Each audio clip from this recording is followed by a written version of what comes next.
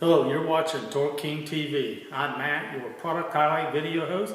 Today I'm going to be showcasing the TS4862, a front axle inner oil seal set remover for AAM 9 1/4 and most Dana 60 front axle. This inner oil seal remover is a real time saver. Watch the rest of this video to see how easy it is to remove these seals. This handy tool knocks out those tricky inner axle shaft seals in a flash. In addition, our space-saving two-piece rod threads together for removing the long side seal.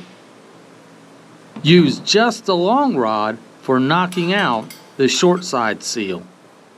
The TS4862 kit includes a QT1145 drive rod, a QT1151 short extension drive rod, 2 QT1214 front axle shaft oil seal removers, and 2 QU95007 grade 8 X nuts.